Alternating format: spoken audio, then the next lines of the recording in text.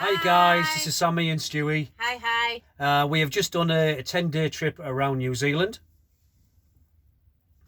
Okay, we're supposed to be doing half.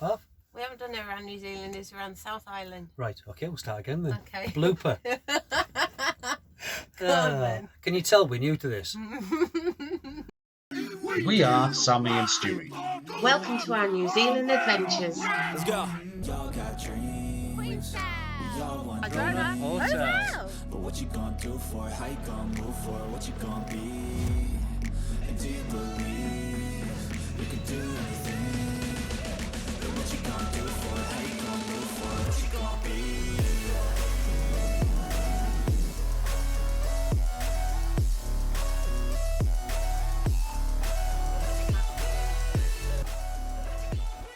Please help us by clicking that subscribe button, like, and the notification bell for more content.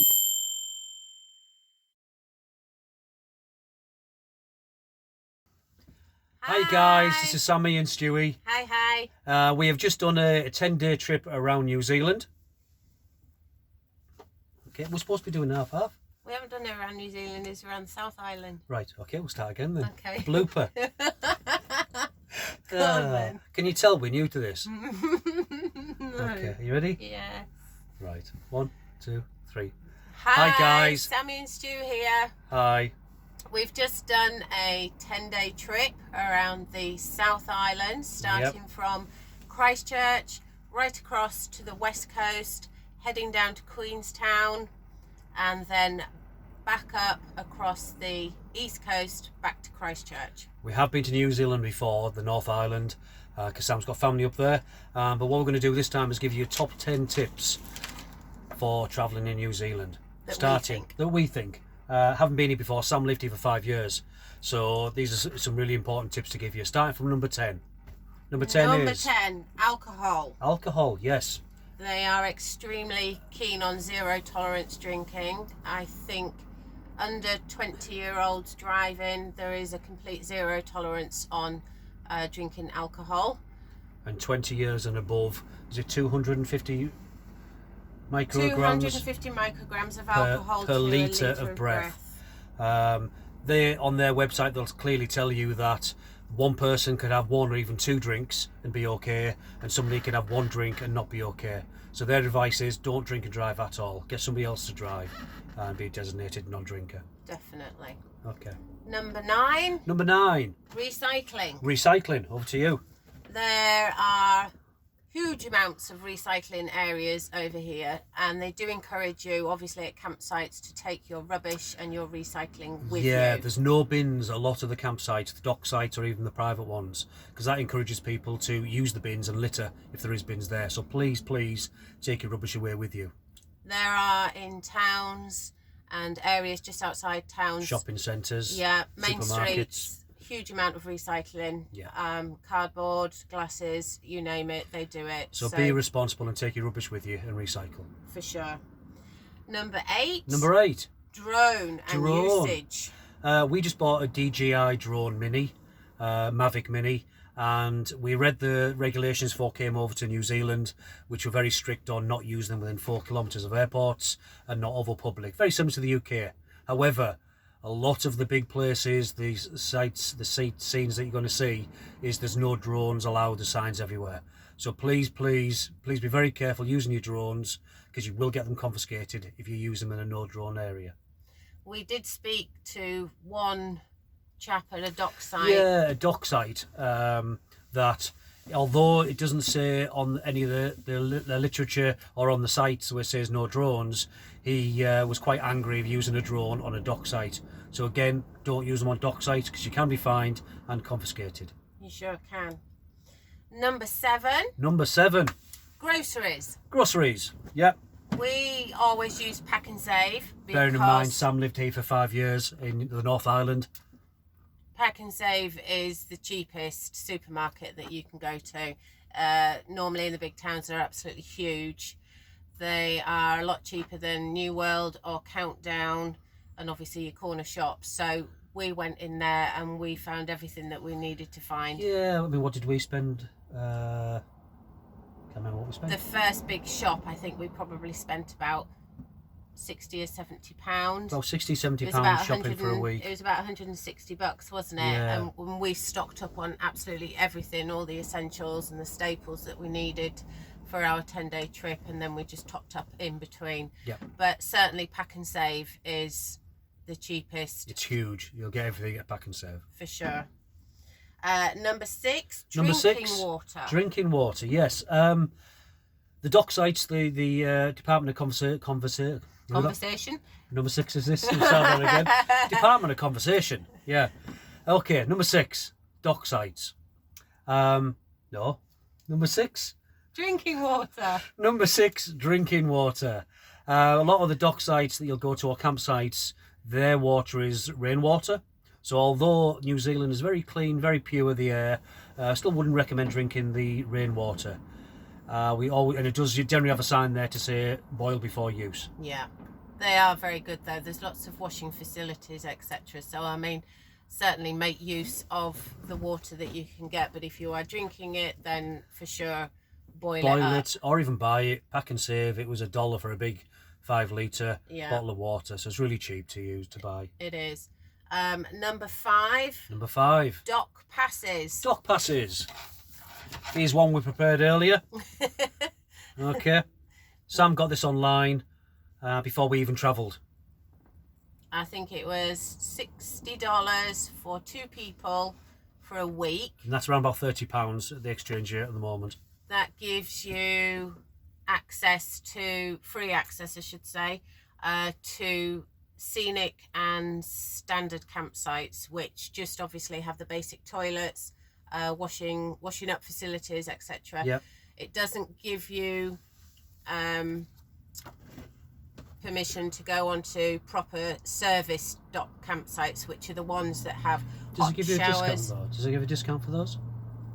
No, No, okay. it doesn't. No, it was just. I mean, 2. even the basic ones we went to, they were absolutely spot on. They weren't were they? ample, absolutely They're ample. really clean. I think very really, as clean. long as you've got in any campsite toilets and washing up areas with water, Yeah. then you're absolutely fine. You know, there wasn't any areas in 99% of the dock places that we stayed in that had rubbish bins, so obviously you take your stuff Yeah. with them. There was what they call a host on most of the dock sites, Yeah. and they seem to live there pretty much full time. And if you haven't got a dock pass and prepaid one, then some of them were like $15 a night per person. Roughly, And yeah. there's an honesty box there, or if there's a host there, they will check and come knock you up on the morning if you haven't paid your amount. There's a slip, like in a bit of a letterbox that you take out. You put your rego number on it, how many nights you are staying for, and then you put the money into the honesty box, and the guy goes around and basically ticks off your registration number. And if you haven't put your information, they will knock on your door. They will knock on your door at 4 or 5 in the morning before Yes. you go to collect the money, which is quite right. Yeah, definitely. Okay, next. Number 4. Number 4. Credit cards. Credit cards. Cash. I do a lot of travelling around Europe on motorbike. The last time I went on a trip, I spent about £700. And £70 of that, 10%, sorry, £70 was just on fees from debit card. So transaction fees, things like that. So please get yourself a non-charge credit card. I use Halifax. There's many others out there, I'm sure, but get a credit card that doesn't charge you transaction fees abroad.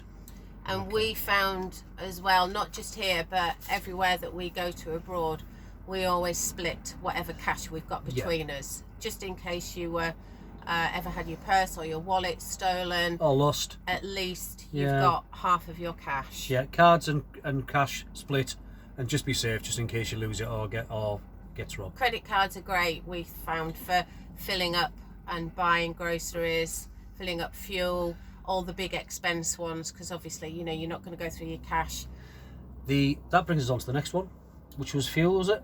Fuel, fill up and costs. Number 3. Yes. Fuel. When you see a gas station, they call them gas stations, though, not petrol stations. When you see a gas station, fill up, because you can be travelling 3 or 4 hours, many hundreds of kilometres before you see another fuel station. So fill up. A lot of the stations over here, like in the UK, have 24-hour stations where you use your credit card or your debit card. So you can use it on a night when there's nobody there, they're unattended, and you put your card in and use the card and fill up with cash. we certainly found that if we were half empty, that we Half would, full or half empty? yeah, pessimist or optimist. I'm half full. Okay. We would always just find somewhere and fill up, and then we knew that, hey, we could go for miles, and then it's just We learned from our last easier. trip on the North Island. Yeah, we did. Where we were running on fumes, freewheeling down a hill to get to the next fuel station. We were. So even if you're half full and you see a fuel station, fill up. Yeah, definitely. Next. Number 2 is SIM DOS. card and Wi-Fi. Yeah. In the airport, when you come over to New Zealand, there will be people in the airport selling you SIM cards. Yes, mainly Vodafone we found. Yeah, we found out, obviously, with Sam living here years ago, that go to a local mall, shopping mall, and go to Spark, Vodafone, or any of the other big providers here, and they did everything. We went to Spark. We did. We got a cracking deal. We got a 5 gig data, 200 minutes of text, 200 text and 200 minutes of calls, which was how much? $49. Which is about £25, $50. And that's It was been a traveller's Yeah. SIM, wasn't it? They specifically did them for travellers, so it was a no contract, no fee, anything like that, wasn't it? You can, yeah, it's just a pay as you go, and you can get them in the local dairy stores, which are the local shops in the corner, but they'll just sell you the SIM, and you've got to activate it, install it, top it up. Whereas we went to the mall, went to Spark, and she did everything for us. She Yeah. was absolutely fantastic. And then we downloaded the app, Yeah, download the Spark app. and we could just check on the usage. Yeah, we've used very little. We have. Spark also with that card for the SIM card with Spark, it also gives you Wi-Fi wherever there's a Spark telephone box. So if you need Wi-Fi, go to McDonald's, Burger King. A lot of the towns in New Zealand have free Wi-Fi in the city centres. But if you go to a phone box, you can get free Wi-Fi with your Spark. Most McDonald's that we've pulled Yeah. in at, we found that they were sort of limited to half an hour. We went to As a Burger guest, King, and that yeah. was unlimited, wasn't it? Not boycotting McDonald's at No. all, but Burger King give you unlimited Wi-Fi. Mackie D's give you 30 minutes as a guest. And also with that SIM package, you got 1 gigabyte Oh, sorry, yes. free. You got 5 gig on data, but you also got 1 gig as well, just for social media. So Instagram, Facebook, Twitter, Yeah. Tumblr, wherever. Yeah, Okay, good. it's actually turned out to be a very, very useful SIM. There's all different sizes you can get. Yeah. We haven't even used half of what we got, so we could have got a smaller one, to be honest. We could have done. Okay, number 1. Number 1, This is the top tip for travelling in New Zealand. plan your trip. You fail to plan, you plan to fail. For sure. Absolutely. You know, we went into the tourist information in Queenstown, Wanaka, sorry, and it was amazing. She said it's amazing how many people turn up here and don't know what they're going to do yet. And as we were speaking to the lady, she said there's an American couple that they came in and they didn't know where they were going, what they were doing. You need to plan exactly what you're doing. I think you waste a lot of time if you just ad lib going on and, Yeah. oh, let's do this, let's do that. We planned our trip weeks before we left. You know, we had the map out, we knew exactly where we wanted to go. We researched where we were going to stay every night, how far it took us from Travelling each times. place, travelling time. You got to take into account travelling times, because if it says 2 hours on Google Maps, then you can guarantee there's maybe 2 or 3 lovely spots to stop on the route. Definitely. So it's going to take you 3.5 hours. Yeah. Okay, so You you must really plan. need to. Plans can be flexible, but you still need to plan before you come. And I think when you're in a camper van as well, obviously the speed limit here is 100 kilometres an hour, which Yeah. is roughly 62 miles per hour. So, you know, you are just tootling along. And the roads are wonderful, don't get me wrong. They're very, very nice tarmacked roads. Some places obviously are unsealed, etc. Yeah. But we're in a camper van. We felt that 85 to 95 was enough for this camper van, Yeah, because it was starting to sort of bump around and These shake. these are a Toyota Hiace, and they're very high and narrow, so you do get quite a bit of buffering going across the plains in New Zealand. So be careful of your speed. But definitely plan your trip in Yeah. advance. Number and 1 tip: plan. Definitely. So that's it from Samm'y and Stue'y. It is. Check out the videos on YouTube of all our trip do's and don'ts and all the beautiful spots we've been to. Okay, don't forget the big thumbs up if you like the videos, and subscribe.